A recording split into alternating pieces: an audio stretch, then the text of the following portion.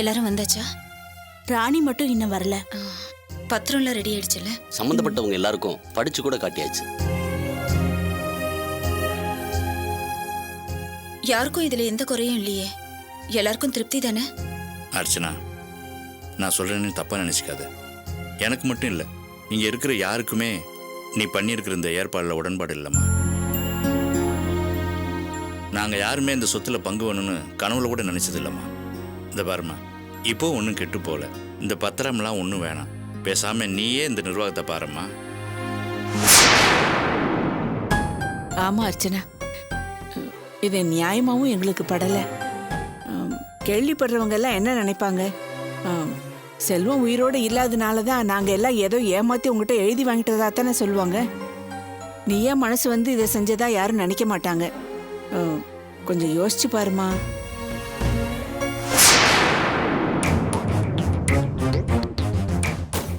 ஆமாக்கா, எந்த வகையிலயும் இந்த சொத்துங்க எல்லாத்துலயும் எங்க யாருக்குமே எந்த உரிமையும் கிடையாது. இது வாங்கிக்கிறது முறையே இல்ல. என்ன வாசு? ஆமா, ரேவதி சொல்ற மாதிரி இதுல எனக்கு கொஞ்சம் கூட இஷ்டமே கிடையாது. ஆனா அண்ணனோட ஆத்மா சாந்தி அடையணும்னு தான் அண்ணி இப்படி ஒரு முடிவு எடுத்திருக்காங்க. அண்ணி சொன்னதுனாலதான் நான் இதையே ஏத்துக்கிட்டேன். அர்ச்சனா, நான் ஆல்ரெடி உங்ககிட்ட நிறைய தடவை சொல்லி பார்த்துட்டேன். இப்பவும் அதே தான் சொல்றேன். இங்க இருக்கிற யாருக்குமே உங்களோட முடிவுல உடன்பாடு இல்லாதப்ப இது அவசியம் செஞ்சுதான் ஆகணுமா? அண்ணி வார அண்ணி. அண்ணி, நந்தினி எல்லா விஷயத்தையும் போன்ல சொல்லிருப்பாங்க. சார், பத்திரத்தை படிச்சு காட்டுங்க. இல்ல, என்ன மன்னிச்சிருங்க அண்ணி. உங்களோட முடிவில் எனக்கு சம்மதம்னு சொல்லிட்டு போறதுக்காக நான் வரல. உங்களோட இந்த முடிவில் எனக்கு விருப்பம் இல்ல, அதை தயவு செஞ்சு மாத்திக்கோங்கன்னு நேர்ல பார்த்து சொல்லிட்டு போலாம் தான் வந்தேன். பாத்தியா அர்ச்சனா, ராணிக்கு கூட இது பிடிக்கல. இப்படி யாருக்குமே பிடிக்காத விஷயத்த நீ பிடிவாதமா செய்யணுமா? வேண்டாம், விட்டுரு. ஆமா அண்ணி, இங்க யாருக்கும் எந்த சொத்தும் வேண்டாம். தயவு செஞ்சு உங்க முடிவை மாத்திக்கோங்க. இது பாரு ராணி, இது ஒன்னும் அவசரப்பட்டோ இல்ல உணர்ச்சி வசப்பட்டோ எடுத்த முடிவில்லை. நல்லா யோசிச்சு எடுத்த முடிவு. அதனால நான் சொல்றதை தயவு செஞ்சு கேளு. அண்ணி, இந்த சொத்து அண்ணன் சுயமா சம்பாரிச்ச சொத்து. இதுல யாருக்குமே சொந்தம் கொண்டாட உரிமை கிடையாது. இது முழுக்க முழுக்க உங்களுக்கும் உங்க வயிற்றுல வளர அண்ணனோட வாரிசுக்கும் தான் சொந்தம். நீங்க எல்லாரும் உங்க மனசை தொட்டு சொல்லுங்க, இந்த சொத்துல ஒரு பங்கு வேணும், அதை அனுபவிக்கணும்ன்ற எண்ணம் உங்க மனசுல யாருக்காவது இருக்கா? யாருமே இல்லம்மா. அப்ப இங்க என்ன பண்றோம்? வாங்க போலாம்.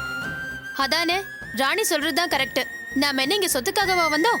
என்ன வாசு, வாங்க போலாம். ஆமா, ரேவதி சொல்றதுதான் கரெக்ட்.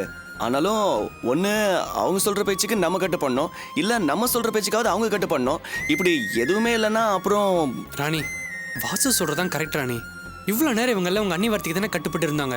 இப்ப எதுக்கு நீ தேவையில்லாம அதை தசை திருப்புற? அப்படி இல்ல ஆகாஷ், நீங்க கொஞ்சம் அமைதியா இருங்க. வாங்க போலாம்.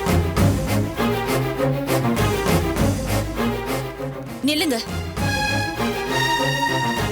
உங்ககிட்ட ஏற்கனவே அழுத்தம் திருத்தமா சொல்லிட்டேன். இறந்து போன என் புருஷன் ஆத்மா சாந்தி அடையறதுக்காக தான் இப்படி ஒரு முடிவு எடுத்திருக்கேன்னு.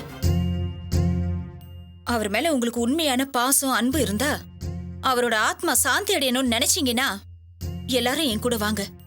இல்ல உங்க இஷ்டப்படியே செய்யுங்க. வக்கீல் சார், வாங்க. Okay madam.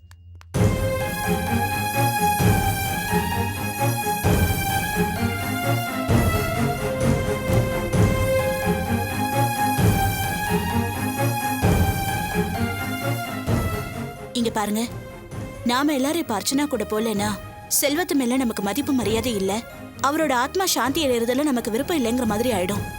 தயவு செஞ்சு எல்லாரும் வாங்க போலாம்.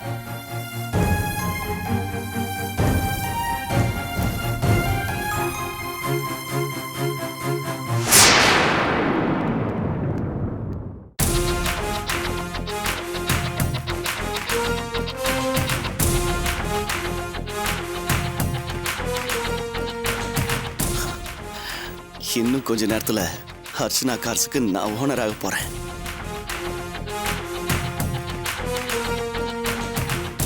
டாக்குமெண்ட்ஸ் எல்லாம் உள்ள கொடுத்துட்டேன். ஃபார்மாலிட்டிஸ் எல்லாம் முடிஞ்சதுக்கு அப்புறம் உள்ள கூப்பிடுவாங்க. அது வரைக்கும் கொஞ்சம் வெயிட் பண்ணுங்க, நான் உள்ள இருக்கேன்.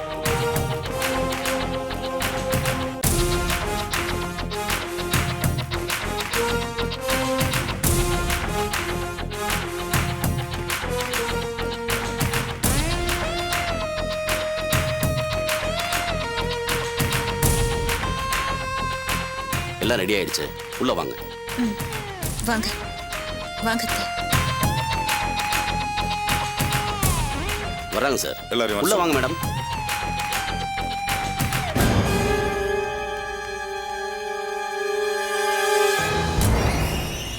வாசு சார், நீங்க வாங்க. இதுல ஒரு கையெழுத்து போடுங்க.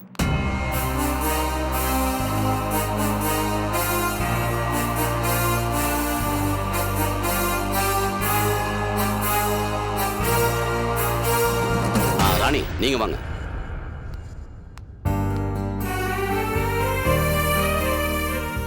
கழுத்து போடு. என்ன நீ தயங்கி நிக்கிற? உங்க அண்ணன் மனசு கஷ்டப்படக்கூடாதுல்ல. அவர் ஆத்மா சாந்தி அடையணும். சைன் பண்ண.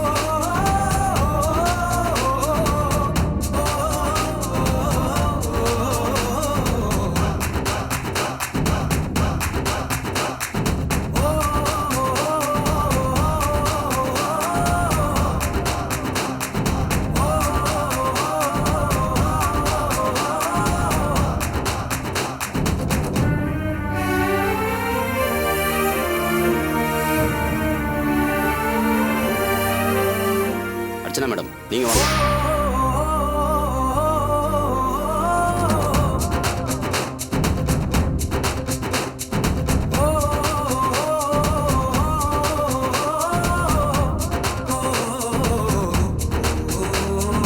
அர்ச்சனா, அர்ச்சனா கையெழுத்து போடாத. அர்ச்சனா கையெழுத்து போடாத. ஏய் என்னாச்சு உனக்கு? எங்க அண்ணி கையெழுத்து போடுற நேரத்துல அபசகனம் பிடிச்ச மாதிரி வந்து பேசிட்டு இருக்க. எங்க அண்ணனோட ஆத்மா சாந்தி அடைவானாமா? மூன்றாவாயா, உனக்கு சொத்து வேணும்னா என் செல்வத்தோட ஆத்மா சாந்தி அடையணுமா? சொத்துக்கு சொந்தக்காரன் வந்துட்டான்டா. என்னென்ன சொல்றீங்க? என்ன சொல்றீங்க? சொத்துக்கு சொந்தக்காரி யாரு? அர்ச்சனா, நம்ம செல்வம் வந்துட்டாமா?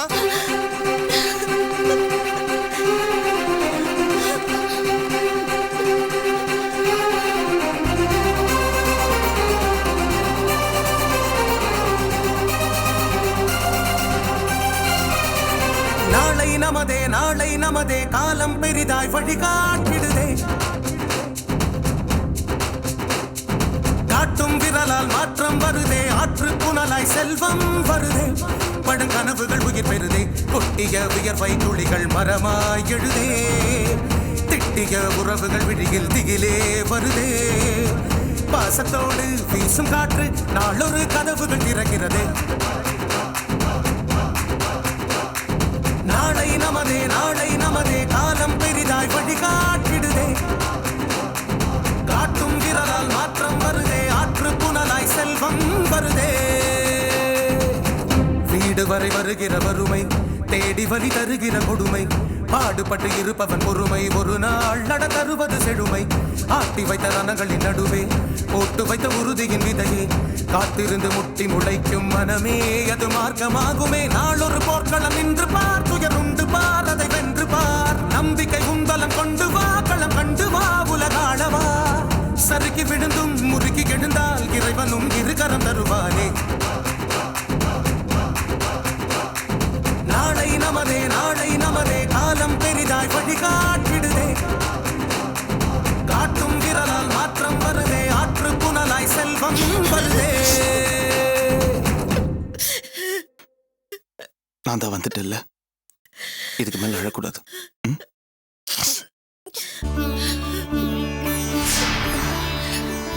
அண்ணா அண்ணா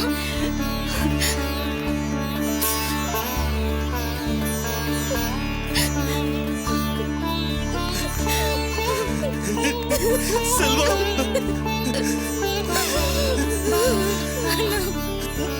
அர்ச்சனா நான் சொன்ன பாத்தியா, என் செல்வத்துக்கு ஒண்ணும் ஆகாதுன்னு.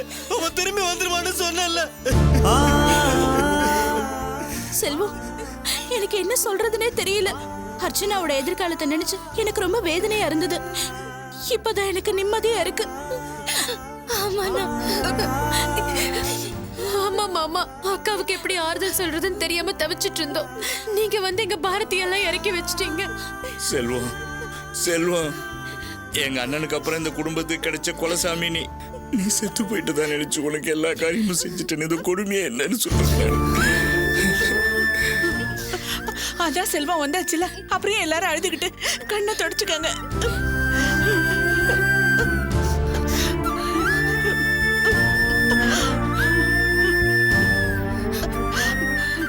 செல்வம், நீ இறந்துட்ட, உன்னோட ஆத்மா சாந்தி அடையணும்னு அர்ச்சனா சொத்தெல்லாம் பிரிச்சு எல்லார் பேருக்கும் ரெஜிஸ்டர் பண்ணணும்னு முடிவு பண்ணிட்டாங்க. நான் எவ்வளவு சொல்லியும் கேட்கல. ஆமாண்ணே, அண்ணி ஒரே பிடிவாதமா இருந்தாங்க. கடைசி நேரத்துல நல்ல வேலையை நீங்க வந்துட்டீங்க. ஆமா செல்வம், நீ எப்படி இந்த முதல் நாள் சேட்டோட இவர்தான் உன்னை கடத்திட்டு போயிருப்பாருன்னு நாங்க கேஸ் கொடுத்திருந்தோமே, ஒருவேளை நிஜமாவே இவர்தான் உன்னை கடத்திட்டு போயிருந்தாரா? ச்சே, பாவம், அவர் தான் என்னை காப்பாற்றி கூட்டிட்டு வந்தார்.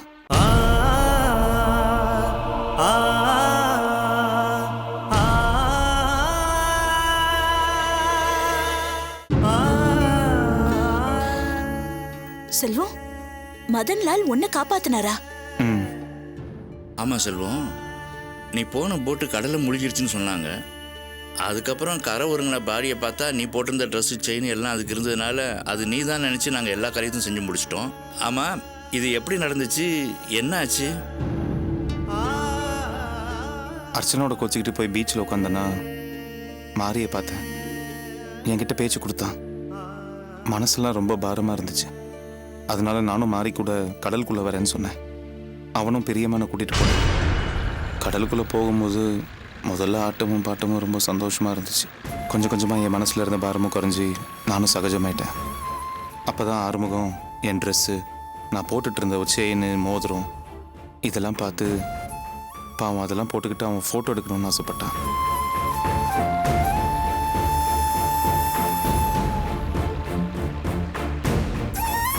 அவன் ஆசையை நிறைவேற்றுறதுக்காக அவன் போட்டுட்டு இருந்த ட்ரெஸ்ஸை நான் போட்டுக்கிட்டு என் ட்ரெஸ்ஸை அவனுக்கு கழட்டி கொடுத்தேன்.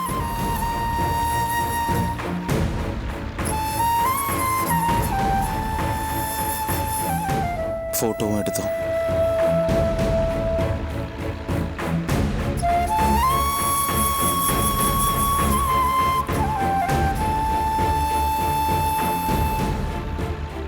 எல்லாரும் சந்தோஷமாக தான் பேசிகிட்டு இருந்தோம்.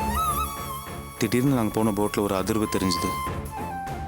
நீங்கள் முதல் தடவையாக போட்டில் போகிறதுனால உங்களுக்கு கொஞ்சம் பயமாக இருக்கும், எங்களுக்கு இதெல்லாம் பழக்கமான விஷயம்னு சொல்லி எனக்கு தைரியம் சொன்னாங்க. நான் கொஞ்சம் சமாதானமானேன். இருந்தாலும் மனசுக்குள்ள ஒரு பயம் இருந்துச்சு. ஆனால் சொல்லி கொஞ்ச நேரம் கூட ஆகல, திடீர்னு போட் எதுலேயோ போய் இடித்த மாதிரி இருந்துச்சு. போட் ரெண்டாக உடஞ்சி எல்லாரும் தண்ணிக்குள்ளே விழுந்துட்டோம். தண்ணி குளிர், எனக்கு வேற நீச்சல் தெரியாது. என்னெல்லாமோ போராடி என்னால் முடியாமல் மயங்கிட்டேன்.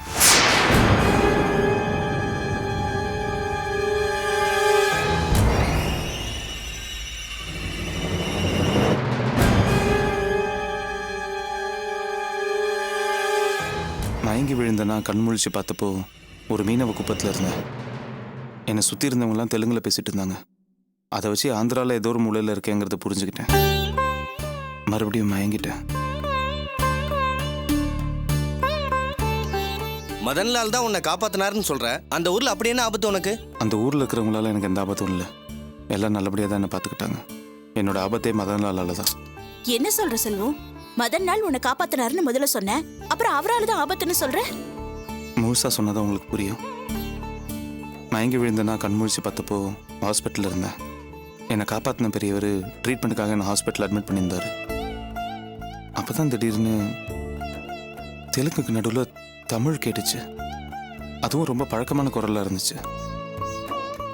என் பேரை சொல்லி என் சம்மந்தமாக பேசிகிட்டு இருந்தாங்க. யாராக இருக்கும்னு எட்டி பார்த்தா அது Madanlal.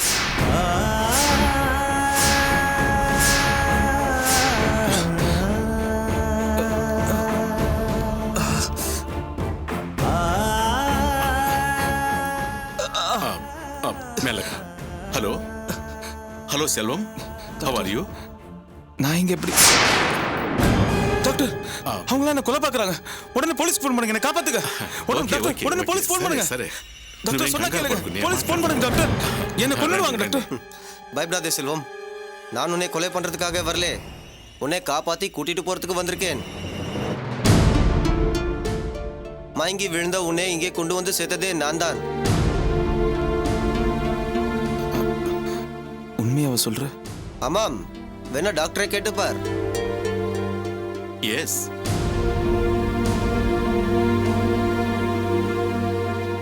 How is his condition now?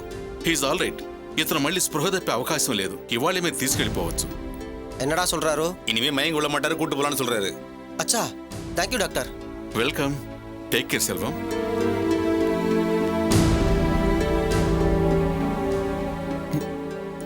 எனக்கு ஒண்ணுமே புரியல. நீ தானே நான் ஹாஸ்பிட்டலுக்கு தேடி வந்த. அங்கிருந்து தப்பிச்சு உடனே துரத்திட்டு வந்த. அப்புறம் நான் ரோட்ல மயங்கி விழுந்துட்டேன். இப்போ நீயே கொண்டு வந்து நான் ஹாஸ்பிட்டலில் சேர்த்துருக்க. ஏன்? நான் சொல்றது உனக்கு கொஞ்சம் குழப்பமா தான் இருக்கும். என்ன பண்றது? என்னை நம்பு. முதல்ல நீ எனக்கு எதிரியா இருந்தப்போ நான் உன்னை ஒழிக்க நினைச்சது என்னமோ உண்மைதான். அப்புறம் டெண்டர் விஷயத்துல நீ என் பேரை அசிங்கப்படுத்தி நீ என்னை ஜெயிச்சப்போ உன் மேலே எனக்கு இருந்த வெறி இன்னும் அதிகமாச்சு.